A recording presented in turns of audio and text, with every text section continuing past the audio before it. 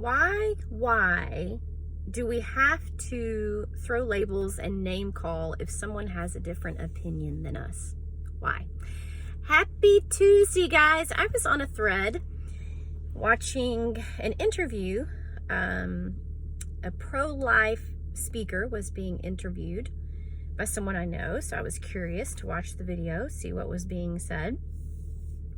The pro-life speaker was speaking from her experience with abortion. She had actually had an abortion years and years and years ago, and she was sharing that a side of this choice, this decision that a lot of people don't talk about or think about, is the mental and emotional turmoil that can come after having an abortion. Now, she was just speaking from her place, her experience, and talking about just how, it had haunted her, the shame, the guilt, the regret of that decision. So because of her experience, she is now pro-life and pro-woman, which I loved how she said that pro-life to her means pro-woman, because she is for the woman and wants emotional health and wants good things for the woman, does not want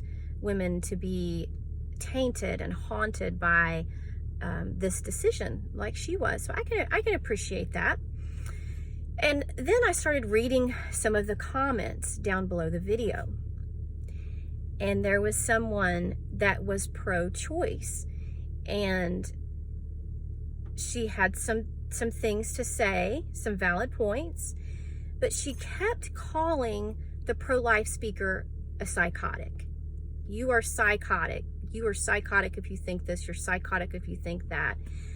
Man, that just really got my goat, because why do we have to get so ugly and be so unkind? And I'm talking on both sides, whether you're pro-choice, pro-life, or pro-woman.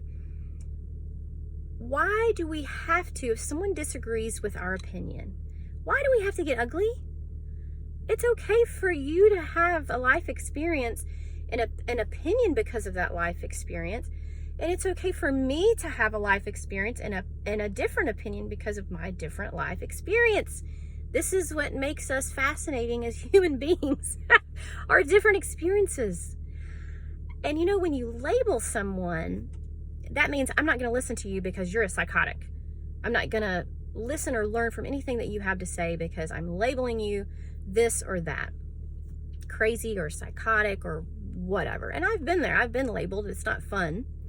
I was silenced because of my sin and labeled a homewrecker and a whore and all these things, and no one wanted to hear from Christy anymore. How interesting. When prior to my affair, everyone loved Christy. Oh, she's so great. We love how open and honest she is. I mean, people are really funny. So I just want to challenge you. What if we just start listening to one another and stop name calling if someone has a different opinion than us? What if we listen and learn from each other? Wouldn't that be great? And it's okay for you to be pro-life and me to be pro-choice, or me to be pro-life and you to be pro-choice.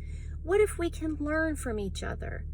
And what if we decide that we're both pro-woman? We both are for women. And I just feel like we can learn from each other. And as women, we should be uplifting each other, encouraging one another, being empathetic toward one another. And if there is a woman that is in that position where she's trying to decide if she's going to have her child or not have her child, we should have empathy for her. We should try to help her, not label her, not try to force our opinion on her. My heart just really sank when I read that. Not because the person was pro-choice, because they started name calling and being ugly. Please stop name calling and being ugly, no matter what side of the fence you're on. That doesn't help anything. I really like the term pro-woman. I am for uplifting women and encouraging women. I've been there when people tried to shame, shun, and be done with me, and it felt terrible, and it made me suicidal. So let's not do that to other women. Let's listen to them. It's so important to be heard. As a person, it's important to be heard. As a child, it's important to be heard. As a woman, it's important to be heard. Let's start listening and learning from each other. And I'm open to learning from women on both sides, because everyone's walk, everyone's experience is different.